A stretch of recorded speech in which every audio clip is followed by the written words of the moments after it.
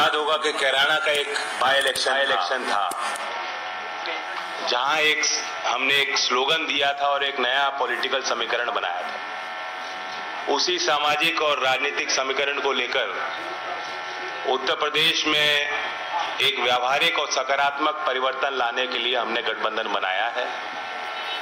नारा भी वही है, मुद्दे भी वही हैं। गन्ना जीतेगा, जिन्ना हारेगा। इसका मतलब साफ है।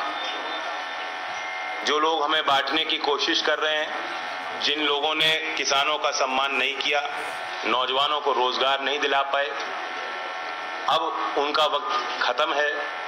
और जिस तरह से उम्मीद के साथ सभी जाति और वर्ग का समर्थन आज गठबंधन के पक्ष में आता दिख रहा है, खासतौर से जो यूथ वोट है, जब मैं शब्द उम्मीद का इस्तेमाल कर रहा हूं, वो यूथ वोटर जो है वो उम्मीद और विश्वास के साथ आ रहा है। हमने देश का कल बजट देखा जिसमें किसानों के लिए, रोजगार सृजन के लिए कुछ भी नहीं था। नरेगा जैसी योजना जिसको खुद आर्थिक सर्वेक्षण जो बजट के एक दिन पहले पेश हुआ था, ये बता रहा था कि उसकी डिमांड बढ़ गई है। कोरोना महामारी में वही एक तरीका था कि शहरों से पलायन कर रहे मजदूर जब वो गांव लौटे, उन्होंने अपना घर का, परिवार का जो भी वो इंतजाम कर सकते थे, उस योजना के माध्यम से उनको एक आर्थिक सहारा मिल रहा था। पिछले वर्ष नरेगा में 1,11,000 करोड़ रुपए खर्च हुए और इस साल के बजट में सिर्फ 73,000 करोड़ का आवंटन सरकार ने किया है। 2018-19 यानी 3 वर्ष पहले औसतन 51 मैन डेज मिलते थे, जहां 100 दिन का रोजगार योजना में देने हैं। 51 दिन केंद्र सरकार दे रही थी, जो एक अन्याय है। और वो इस बजट ने और घटा दिया, सिर्फ 44 दिन का काम इस योजना में हम मजदूर को देना चाहते हैं। तो फिर रोजगार के लिए भी आपने देखा बजट में कोई ऐसी घोषणा नहीं कि नौजवानों को उम्मीद मिल सके। और किसानों के लिए मोर क्रॉप पर ड्रॉप, जो एक नई योजना प्रधानमंत्री ने चालू की थी। पिछले साल का बजट 4,000, इस साल का बजट 2,000 करोड़, आधा कर दिया। तमाम ऐसी योजनाएं हैं, पीएम फसल बीमा योजना, उसका बजट घटा दिया। तो ये संकेत है कि सरकार चाहे केंद्र की हो, चाहे यूपी की हो, और ये एक फ्रेज को यूज करते हैं, टर्मिनोलॉजी को, डबल इंजन सरकार। ये डबल इंजन की मार पड़ रही है किसान पर और नौजवान पर। तो आज कैराना की इस धरती पर हम लोग साथ मिलके आए हैं एक संदेश देने। जिन्ना, औरंगजेब, पाकिस्तान के मुद्दों पर जो लोग चुनाव लड़ रहे हैं, उनको बहुत भारी शिकस्त मिलने वाली है और नौजवान और किसान की जीत होने वाली है। धन्यवाद।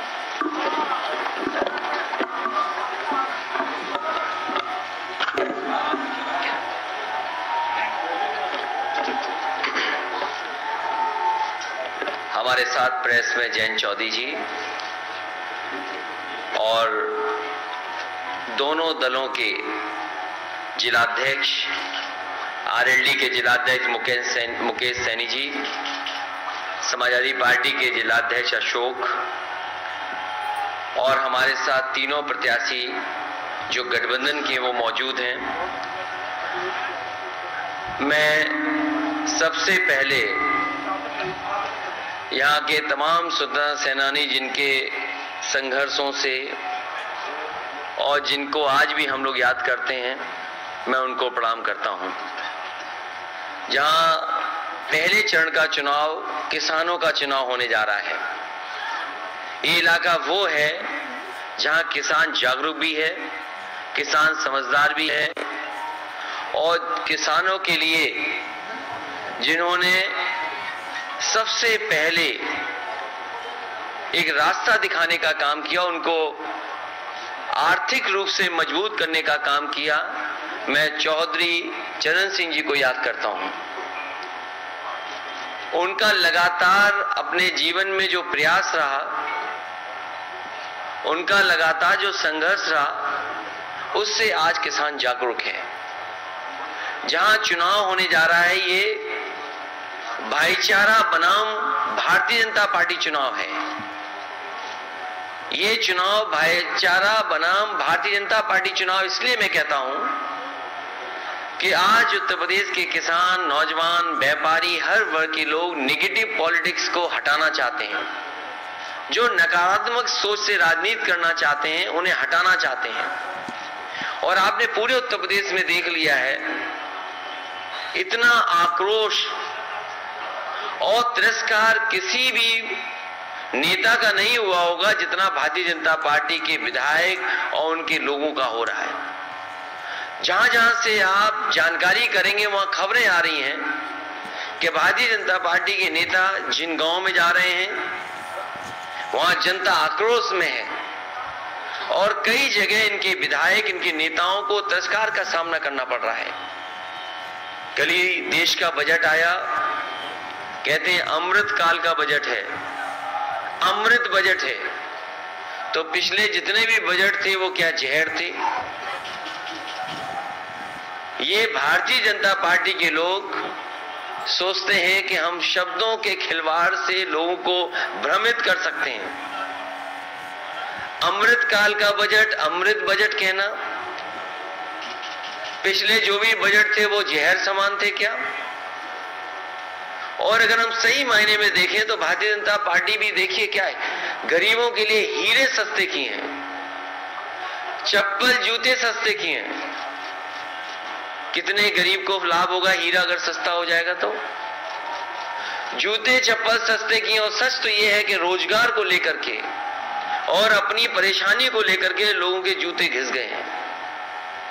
एक भी परेशानी का ये निराकरण नहीं कर पाए हैं। इसलिए जहां Bharatiya Janata party negative politics कर रही, नकारात्मक राजनीति कर रही है, गठबंधन भाईचारा को लेकर के आगे बढ़ेगा। मुझे खुशी है कि शामली में भाईचारा का स्तंभ बनेगा। तीनों के तीनों प्रत्याशी गठबंधन की ऐतिहासिक जीत करके जाएंगे। हम भरोसा दिलाना चाहते हैं जनता को, जो समाजवादी पार्टी और गठबंधन ने वादे किए उन वादों को पूरा करेंगे। सबसे बड़ा यहाँ के कर्मचारियों की मांग हमेशा रही कि ओल्ड पेंशन बहाल हो। मैं अपने कर्मचारी संगठनों को और कर्मचारियों को भरोसा दिलाता हूँ कि पुरानी पेंशन बहाल होगी। वहीं घरेलू बिजली के लिए 300 यूनिट और सिंचाई पहले की तरह किसानों को मुफ्त होगी। ये सरकार ऐसी है जो खाद नहीं दे पाई, अभी भी चीनी मिलों का भुगतान नहीं कर पाई। और जहां पर बिजली उत्पादन बढ़ाना चाहिए था, भारतीय जनता पार्टी ने केवल बिजली महंगी की है। जिसके पास भी बिजली का बिल आता होगा उसे जरूर बिल देख करके करंट लगता होगा। हम दोनों लोग, गठबंधन के लोग, एक उम्मीद के साथ जनता के बीच में आए हैं। उम्मीद और डर का चुनाव भी है। भारतीय जनता पार्टी के लोग डरा करके चुनाव लड़ना चाहते हैं। मैं आने वाले समय में भरोसा दिलाता हूं कि जिस तरीके से 100 नंबर जो अब 112 हो गई है, पहले तय था कि हर 8 किलोमीटर पे एक गाड़ी होगी या 12 किलोमीटर के बीच में गाड़ी होगी। अगर कानून व्यवस्था को और ठोस कानून व्यवस्था मजबूत करने के लिए अगर गाड़ियों को बढ़ाना भी पड़ेगा और फोर्स को बढ़ाना पड़ेगा तो समाजवादी सरकार में फोर्स बढ़ेगी। अभी तो पुलिस को जो इंतजाम किया था कि 15 मिनट में पहुंच जाए, 20 मिनट में पहुंच जाए, लेकिन जब गाड़ियां दुगनी हो जाएंगी तो मैं समझता हूं पुलिस का रिस्पांस सिस्टम जो बनाया था समाजवादियों ने वो कम समय में मदद के लिए पहुंच जाएगा और जो भी कानून व्यवस्था के साथ खिलवाड़ करेगा उसके ऊपर सख्त से सख्त कार्रवाई होगी। मैं ये भरोसा दिलाता हूं। इन्हीं शब्दों के साथ मैं एक बार फिर शामली की जनता से और आसपास के हमारे जितने भी पहले चरण के चुनाव हैं, मैं अपील करता हूं अपने प्रेस के साथियों के माध्यम से कि एक एक प्रत्याशी को जिताने का काम करें। लगातार हम लोग जा करके अपील कर रहे हैं कि जिताएं।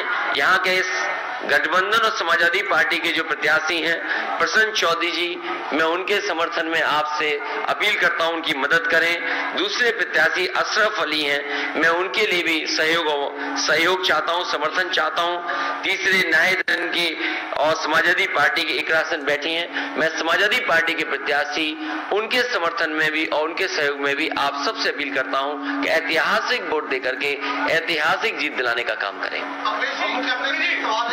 अभी योगी आदित्यनाथ ने बयान दिया जो काफी वायरल हो रहा है, इसको उन्होंने बोला केरल और मुजफ्फरनगर में गर्मी काफी बढ़ गई है और इस गर्मी को ठंडा करना मुझे आता है वही दूध को भी शिमला में बदल चुका है। इस पर आपका क्या कहना है? आप मुख्यमंत्री जी से क्या उम्मीद कर सकते हो? मुख्यमंत्री जी ये बताएं कि बिजली का बिल सस्ता होगा कि नहीं होगा। और मुख्यमंत्री जी की भाषा ये पहले दिन में नहीं सुन रहा हूं, पहले दिन की ये बात नहीं है जिस तरीके से वो बात कर रहे हैं। और मैं तो कहूंगा कि इलेक्शन कमीशन इस बात की नोटिस ले कि एक मुख्यमंत्री की भाषा ही नहीं हो सकती। और जहां तक गर्मी का सवाल है, जिस दिन गर्मी खत्म हो जाएगी उस दिन हम लोग मर जाएंगे। जितने भी हम लोग बैठे हैं, अगर गर्म खून हमारे अंदर नहीं बहे तो हम जिंदा क्या रहेंगे। लेकिन जहां तक सवाल मुख्यमंत्री जी का है, उनका एफिडेविट देखिए, कितनी धाराएं उनके ऊपर थी। भारतीय जनता पार्टी सोच रही है कि गलती तो नहीं कर दी उन्हें मुख्यमंत्री बना करके। तो ये जो मुख्यमंत्री जी के अंदर गर्मी आ रही है वो इसलिए गर्मी आ रही है कि ये टिकट जगह जगह मांग रहे थे, इनकी मनपसंद टिकट उन्हें नहीं मिली, उन्हें वापस उन्हें घर भेज दिया गया है। प्रधानमंत्री जी ने इन्हें पैदल पैदल चलाया। जो पैदल पैदल चल रहे हैं और बेदल हैं, कभी मुख्यमंत्री से पूछिएगा उनका दल कौन सा है, क्या वो भारतीय जनता पार्टी के सदस्य हैं? और भारतीय जनता पार्टी ने तय किया है कि जिस तरीके से इन्हें पैदल पैदल चलाया, आने वाले समय में इनको कुछ मिलने वाला नहीं है, इसलिए इनकी भाषा बदल गई है। और जब से गठबंधन के लोग और गठबंधन के लोगों को समर्थन मिला है, इनके चेहरे पर तोते उड़ गए।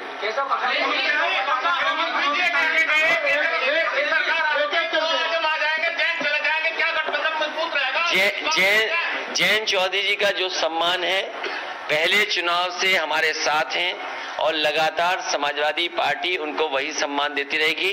सवाल ये है कि भारतीय जनता पार्टी घबराई हुई है कि किसान इस बार समर्थन कर रहा है गठबंधन का, और किसान ये महसूस कर रहा है कि उसके मान सम्मान का चुनाव है। क्या लोग भूल जाएंगे वो जीप चढ़ा दी गई किसानों के ऊपर जिनकी जान चली गई? क्या भारतीय जनता पार्टी के पास उसका जवाब है कुछ?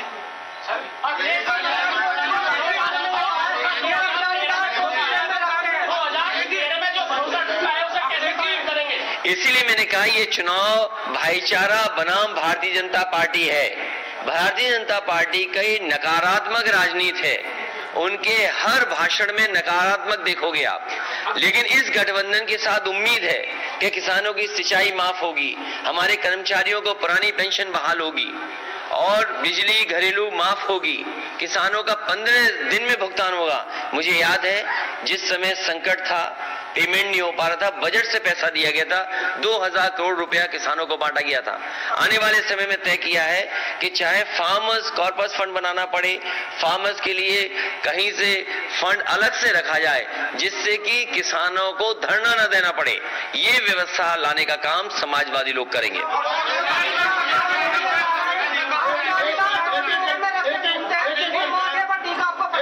कौन कह रहा है? अरे तुम लगा दो टीका। कौन कह रहा है? मैं तो कहूंगा केशव प्रसाद जी आए, हमें जीत का टीका लगा दें आके।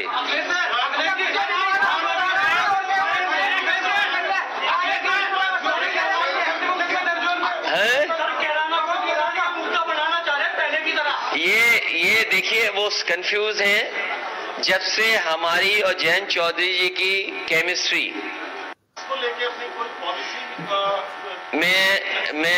मैं कई बार देखता हूं नौजवानों को अपनी नौकरी को लेकर के या खेल में कहीं न कहीं प्रतिभागी के रूप में शामिल होने के लिए देखता हूं, सड़क में, खेत में या जहां भी टेम्परेरी व्यवस्था कर लेते हैं। मैं सभी खिलाड़ियों को भरोसा दिलाता हूं, जिस समय नेताजी ने शुरू किया था यश भारती सम्मान और लगातार खिलाड़ियों को दे रहे थे, उनका भोजन, पौष्टिक आहार बढ़ाना, स्पोर्ट्स फैसिलिटीज को, स्पोर्ट्स इंफ्रास्ट्रक्चर के लिए मैं ये भरोसा दिला सकता हूं कि वेस्टर्न यूपी में बड़े पैमाने पर लोग जाते हैं खेल में और खेल में रुचि रखते हैं। आने वाले समय में अगर हमें ब्लॉक स्तर से नीचे भी जाना पड़ा दौड़ने के लिए और सुविधाएं देने के लिए, स्पोर्ट्स इंफ्रास्ट्रक्चर बनाने के लिए, तो समाजवादी पार्टी विचार करेगी। मैं आपको उदाहरण दे सकता हूं, बागपत में सुखिंदर तोमर इस हिस्से में जोड़ने के लिए अगर एक्सप्रेसवे बनाना पड़ेगा तो चलो, बीजेपी वालों ने गंगा एक्सप्रेसवे तो शुरू किया है, लेकिन बनाएंगे हम ही लोग, और इस हिस्से को आपसे जल्दी लखनऊ पहुंच जाए, 5 घंटे से ज्यादा समय न लगे, ऐसा एक्सप्रेसवे बनाएंगे जिससे आपकी लखनऊ की दूरी कम हो जाए। एक मिनट पूछिए, क्या कह रहे हैं? वो कहते हैं कि जाटों के नेता हैं, बात जाट की करते हैं, मुसलमानों को देते हैं। अरे ये कोई उनकी कही गई बात पे मैं क्या जवाब दूं? और वो विद्वान आदमी है दिल्ली वाले, मैं क्या उनका जवाब? हम देते हैं टिकट, जिसकी भागीदारी होनी चाहिए, सब वर्गों को हमने टिकट दिया। अगर आप गठबंधन के प्रत्याशियों को देखोगे, सभी जाति के लोगों को मौका मिला। नहीं, आपने लखनऊ, एक मिनट, मैं एक बार कहूँ, पत्रकार साथी भाई ये बताओ, पति पत्नी की टिकट क्यों काट दी? भाई ये हमसे टिकट पूछ रहे, हमने किसी को क्यों टिकट दे दी? भाई ये बताओ, जो रात भर लोगों को सोने नहीं देता, नहीं, वो बात नहीं है, झगड़े वाली बात नहीं है। जो एक व्यक्ति रात भर किसी नेता को सोने नहीं देता था, कभी किसी घर, कभी किसी घर, कभी किसी घर, और नेताओं को तोड़ता था, भाई बीजेपी के लोग बताएं, पति पत्नी को क्यों घर बैठा दिया? कम से कम दोनों की मिलाप करा दें आप। जयंत हमारे साथ होंगे।